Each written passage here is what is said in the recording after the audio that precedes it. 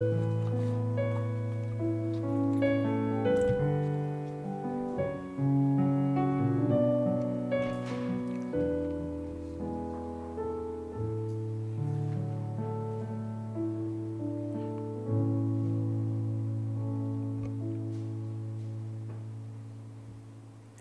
우리에게 주시는 하나님 말씀은 사도행전 2장 37절부터 47절까지의 말씀입니다. 신약 성경 189면쯤에 있습니다. 사도행전 2장 37절부터 47절까지 우리 한 절씩 교독하겠습니다. 그들이 이 말을 듣고 마음에 찔려 베드로와 다른 사도들에게 물어 이르되 형제들아 우리가 어찌할꼬 하거늘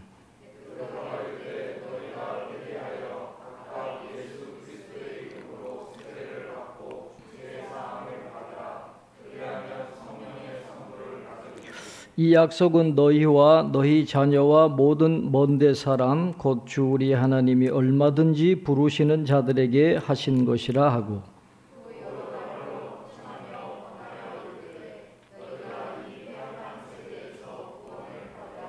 그 말을 받은 사람들은 세례를 받음에 이날에 신도 예수가 3천이나 더하더라.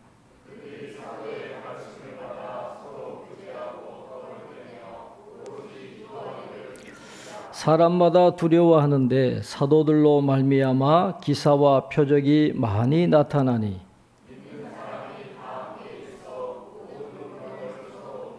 또 재산과 소유를 팔아 각 사람의 필요를 따라 나누어 주며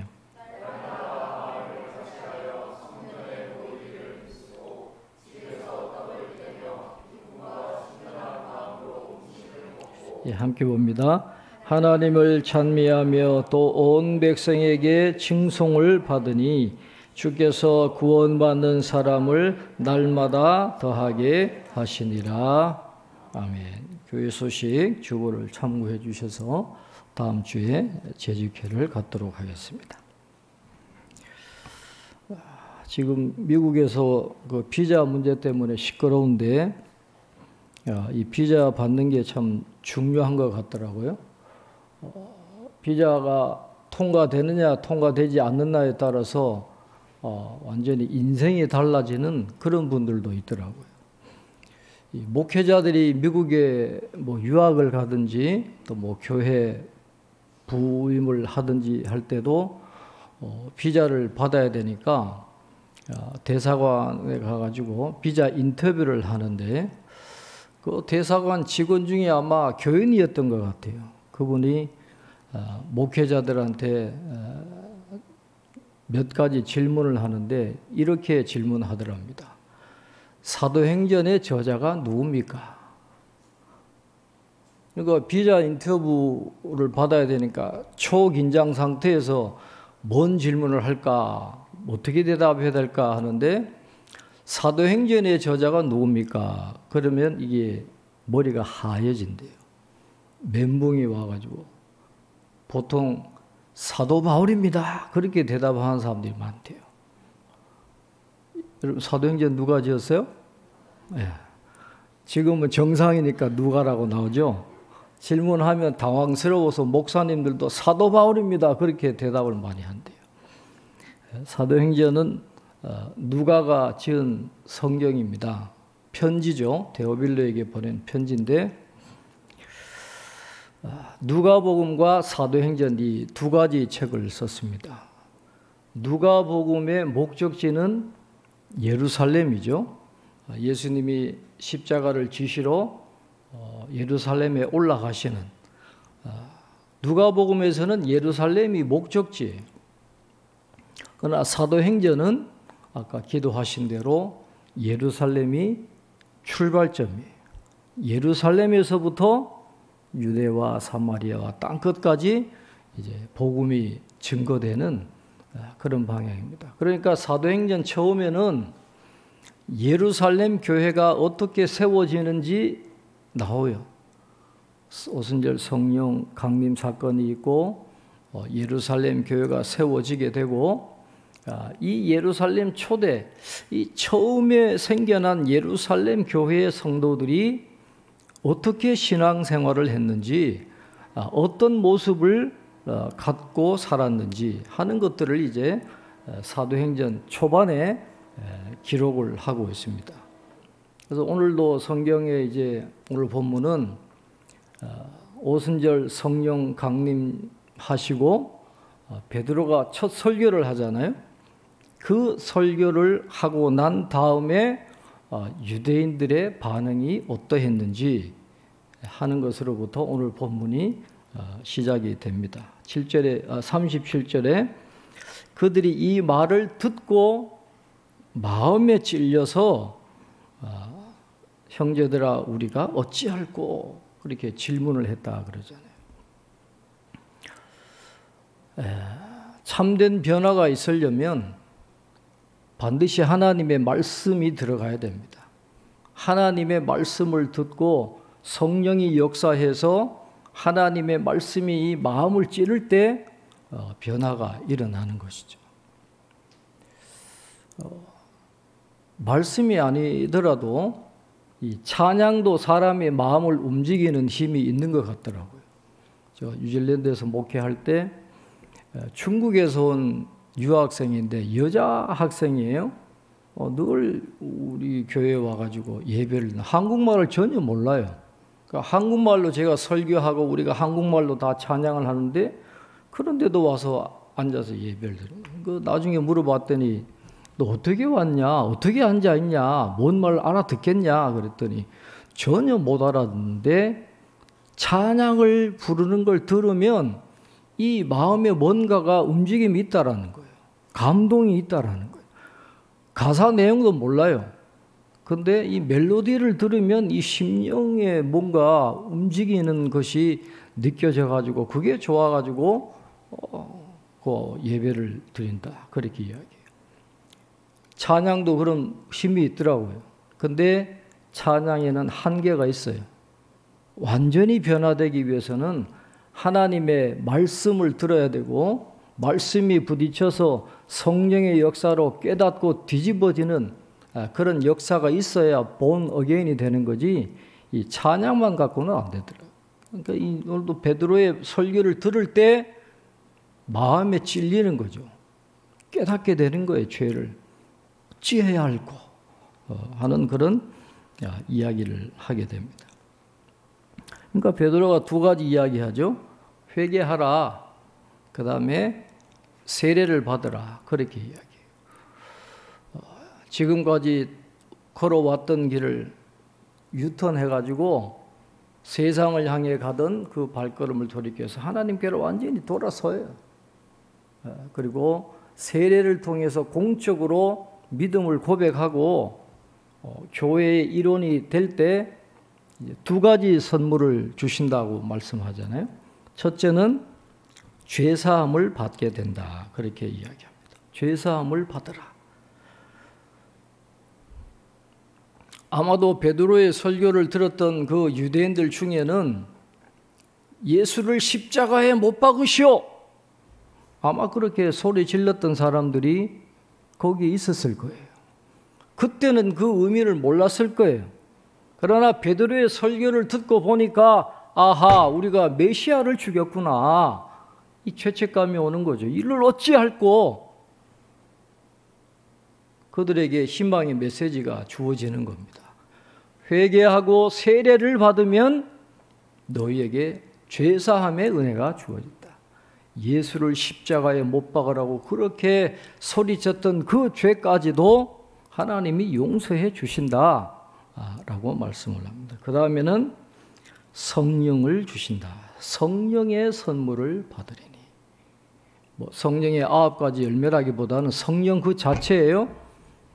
회개하고 세례를 받으면 성령이 임하게 된다라고 하는 것입니다. 그래서 진리를 깨닫게 해주시고 죄를 깨닫게 해주시고 삶이 변화되게 하시고 하나님을 위해서 헌신할 수 있는 원동력을 성령이 주신다라는 것이죠. 그래서 우리가 인생을 여행이라고 많이 표현하잖아요.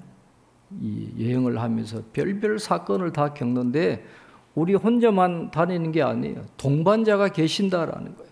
성령이 늘 우리와 여행을 같이 하셔서 어려울 때마다 힘 주시고 올바른 길로 인도해 주시는. 그래서 하나님은 언제나 보면 우리 사람의 힘으로 가도록 내버려 두지 않아요. 생육하고 번성하라 그래 놓고는 그냥 내버려 두는 게 아니라 생육하고 번성할 수 있는 모든 여건을 마련해 주시고 은혜를 주세요. 같이 동행해 주시고. 그러니까 성령을 보내 주셔가지고 우리가 믿음의 길을 끝까지 걸어갈 수 있도록 은혜를 주십니다. 그래서 선물이에요.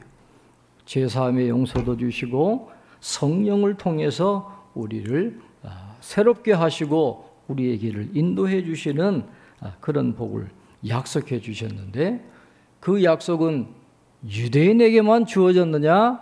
그렇지 않다라는 거예요. 오늘 39절에 보면 이 약속은 너희와 너희 자녀와 유대인들이죠. 유대인뿐만 아니라 그 뒤에 나오잖아요. 모든 먼데 사람 곧 주 우리 하나님이 얼마든지 부르시는 자들에게 하신 것이라. 지금 이 베드로의 말씀을 듣고 있는 그 사람들, 그 유대인과 그의 자손들뿐만 아니라 여기서 먼데 사람은 이방인을 가리키는 겁니다. 이방인들까지. 그걸 어떻게 알 수 있냐 하면 사도행전 22장 21절에 보면 이런 말씀이 나옵니다. 나더러 또 이르시되 떠나가라 내가 너를 멀리 이방인에게로 보내리라 하셨다 그랬거든요. 먼 데 있는 사람은 이방인이에요. 복음을 듣는 주님이 불러주시는 하나님이 구원하시고자 불러주시는 사람은 유대인이 아니라 이방인이라 할지라도 구원을 받을 수 있도록 하나님께서 은혜를 베풀어 주시겠다 그렇게 말씀을 하고 있습니다. 그리고 이제 이 말씀뿐만 아니라 여러 말로 확정하면서 권하니까 40절에 보면 너희가 이 패역한 세대에서 구원을 받으라. 베드로가 이 설교하는 목적은 하나예요. 구원입니다.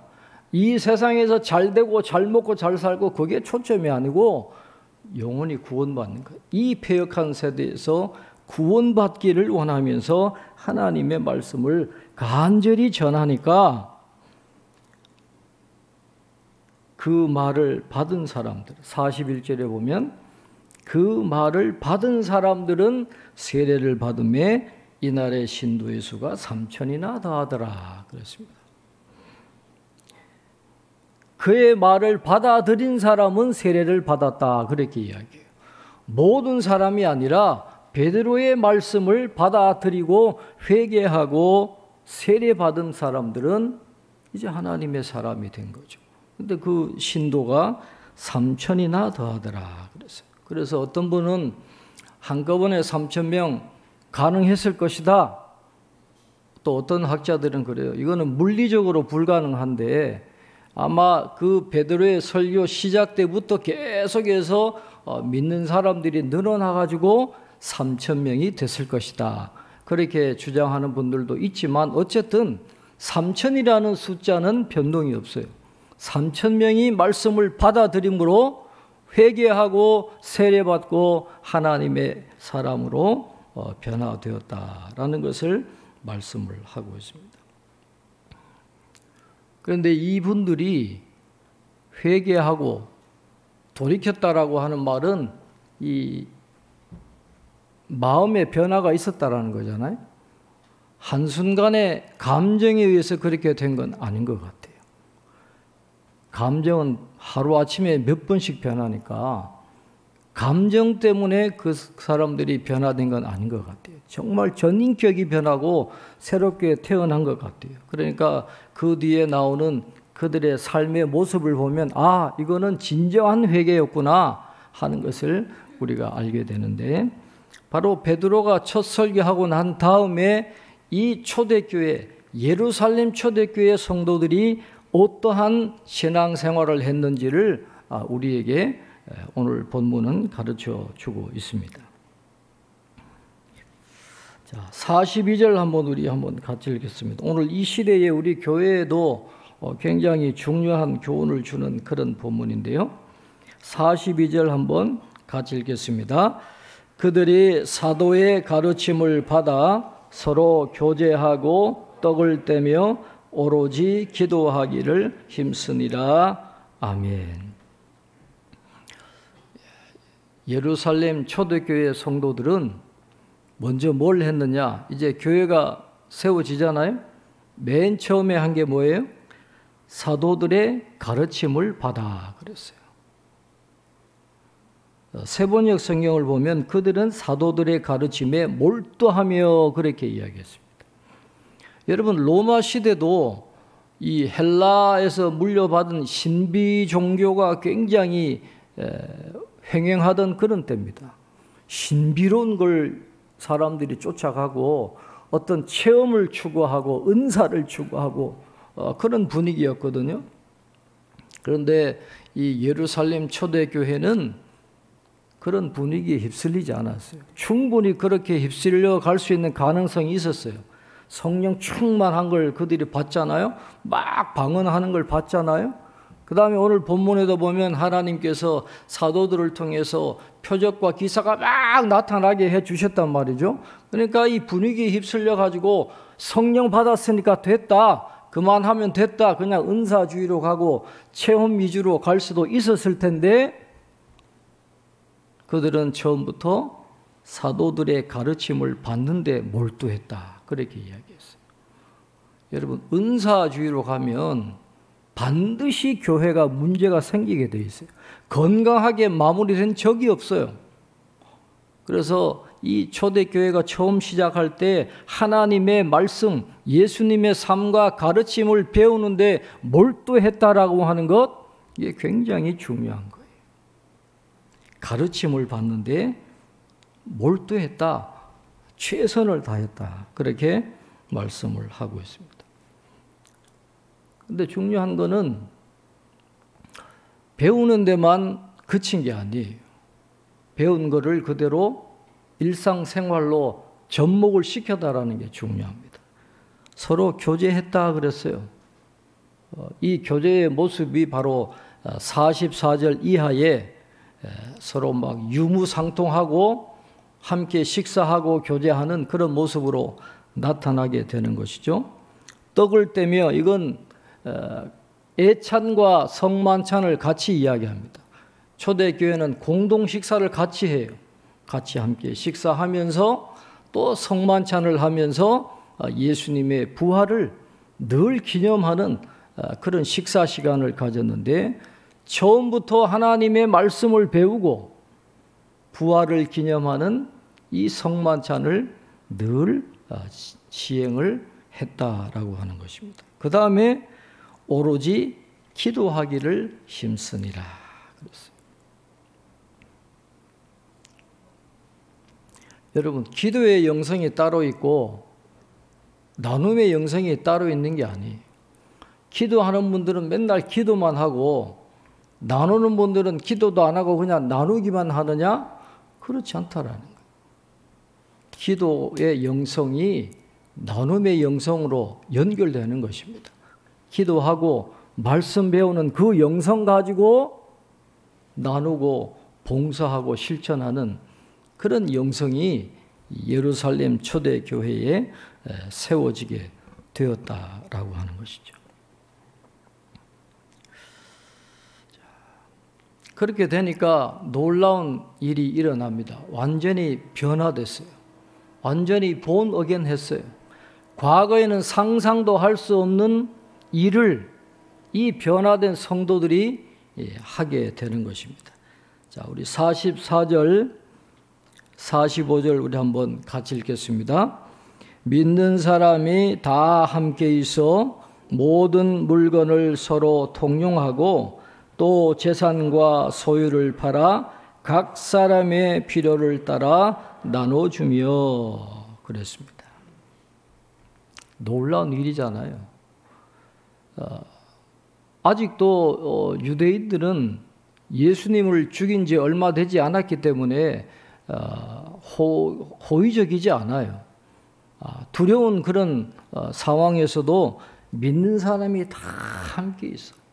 구원받은 게 너무 좋으니까 뭐 남들이 핍박하든 말든 다 함께 모여서 신앙생활을 하는 게 너무너무 좋은 거예요. 늘 같이 모여 있어서 이 재산과 소유를 팔았다. 그리고 다 함께 나눠서 유무상통하는, 여러분 이게 얼마나 대단한 겁니까? 사람의 본성이 이게 탐심인데 다 팔아가지고 유무상통했다라는 것은 이게 참 놀라운 일이에요. 그러면 처음에 교회가 생길 때 재산과 소유를 팔아가지고 서로 나눠주고 필요한 사람 마음대로 갖고 가게 해서 가난한 사람이 없게 한 이 예루살렘 초대교회의 모델이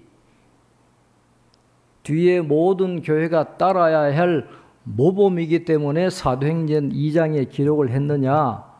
우리가 그런 질문을 던져볼 수 있잖아요. 그럼 우리도 지금 재산 다 팔아야죠.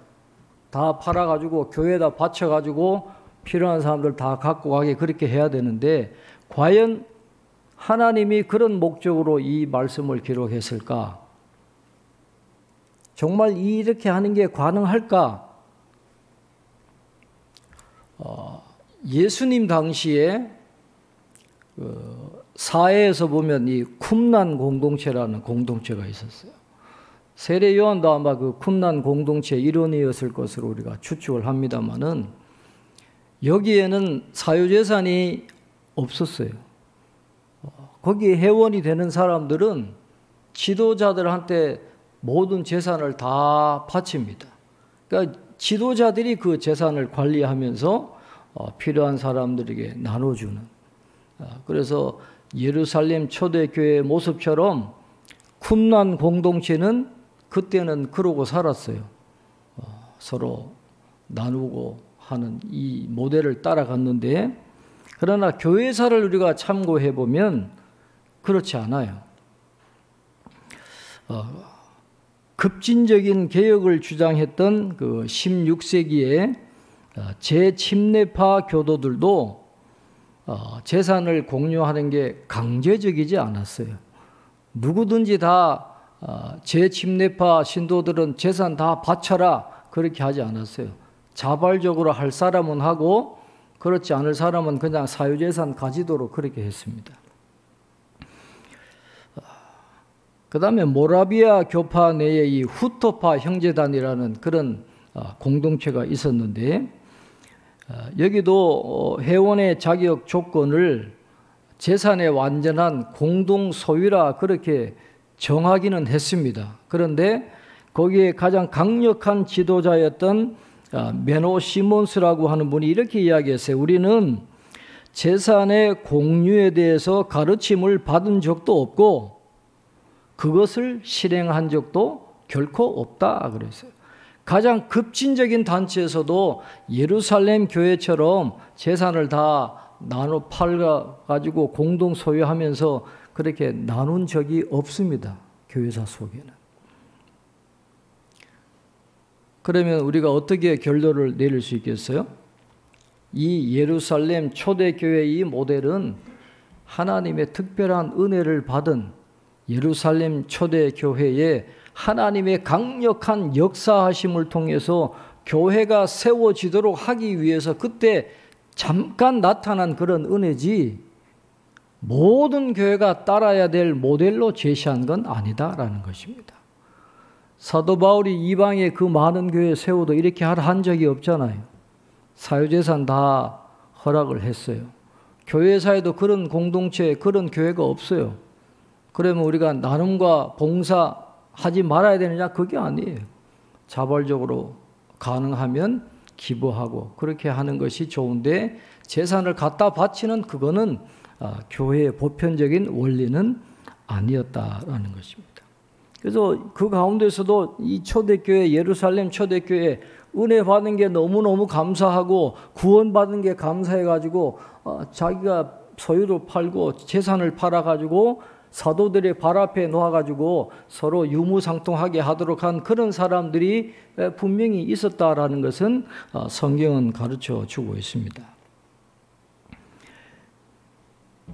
그래서 46절에 보면 날마다 마음을 같이하여 성전에 모이기를 힘쓰고 그랬어요.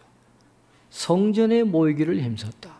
이 성전은 성소와 지성소만을 가리키는 게 아니라 그 뜰이나 모든 주변 건물을 다 함께 이야기하는 성전 복합 건물을 이야기하는 겁니다. 최근에 무슬림들이 라마단에서 라마단 기간 동안에 기도하기 위해서 그 예루살렘 그 성전 복합 건물 그 땅에 몇만 명이 모였냐? 30만 명이 모여서 기도했다 그랬어요. 그만큼 넓은 곳입니다. 그게 예루살렘 이 성전 복합 건물 이 땅이 그만큼 넓어요. 그러니까 3천 명이 아니라 5천 명도 충분히 모일 수 있는 것이죠. 그러니까 이 초대교회 예루살렘 초대교회 성도들은 그 넓은 성전에 모이는 거예요. 그래서 설교도 하고 또 함께 나누고 하는 이 교제하는 그런 삶을 살았고, 그 다음에 46절에 뭐라고 이야기합니까? 집에서 떡을 떼며 기쁨과 순전한 마음으로 음식을 먹고 그랬어요. 집에서 떡을 뗐다 그랬죠. 그러니까 집을 안 판 사람들이 있었다라는 거예요. 다 집을 판 게 아니에요. 자발적으로 판 사람도 있겠지만은 그러나 팔지 않으면서도 사람들이 함께 식사하고 성만찬을 할 수 있도록 집을 오픈해가지고 모임의 장소로 허락해 준 사람들 자기 집을 갖고 그렇게 한 거거든요. 그러니까 자기 집을 소유하면서도 얼마든지 그렇게 교회를 위해서 헌신했던 그런 사람들도 있어요. 그래서 그 집에서 돌아가면서 서로 떡을 떼고 성만찬도 하고 서로 교제하는 그런 모습을 보여줍니다. 그러니까 여기는 이 성전에서의 모임도 있고 그것만 한 게 아니라 가정에서도 또 모여가지고 함께 교제하고 신앙생활을 그러니까 초대교회 때부터 이 예배와 또 구역 예배 같은 이런 개인적인 예배들이 가정에서 일어났었다라는 것을 우리에게 가르쳐 주고 있습니다. 그러니까 오늘 47절 마지막에 이렇게 말씀합니다. 하나님을 찬미하며 또 온 백성에게 칭송을 받으니 주께서 구원받는 사람을 날마다 더하게 하시니라. 이렇게 유무상통하면서 즐거운 마음으로 함께 식사하고 살아가는 그런 모습을 보면서 그 공동체를 통해서 유대인들이 누구를 만나는 거예요? 예수님을 만나는 거예요. 이 초대교회 예루살렘 초대교회 그 아름다운 모습을 통해서 예수님께 호감을 가졌다 그랬어요. 온 백성에게 칭송을 받는다는 말은 모든 사람에게 호감을 샀다 그런 뜻입니다. 호감을 샀어요. 아, 저 사람들 참 매력 있다.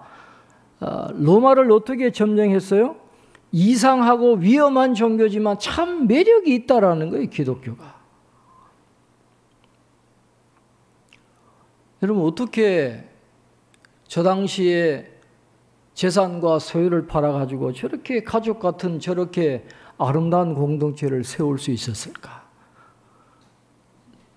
그 당시에 이방인들은 상상이 안 가는 그런 그림이에요. 로마 시대의 신들은 사랑이란 없어요. 어떤 신과 관계를 친밀하게 맺는다? 그런 개념이 없습니다. 그냥 안 죽이면 다행이에요. 저주 안 하면 다행이에요.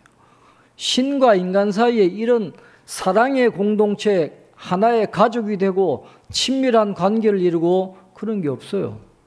그러나 주님을 섬기는 이 믿음의 공동체는 하나님의 사랑을 받아가지고 서로 사랑을 나누는 하나님의 가족이 되었기 때문에 한 가족이라는 생각으로 서로 재산도 팔고 유무상통하고 날마다 모여서 함께 식사도 하고 말씀도 배우고, 그러니까 이 아름다운 모습이 다른 사람들이 보기에는 너무너무 매력적인 거예요. 거기서 말씀하는 예수님에 대해서 호감을 가지니까 날마다 구원받는 사람을 주께서 더해 주시는 그런 은혜를 경험하게 되었다라는 것입니다. 하나님은 이렇게 교회를 통해서 하나님의 역사를 지금도 이루어가고 있습니다. 하나님의 구원의 이야기에서 주도적인 역할을 하는 게 지금 이 세상에 존재하고 있는 교회입니다.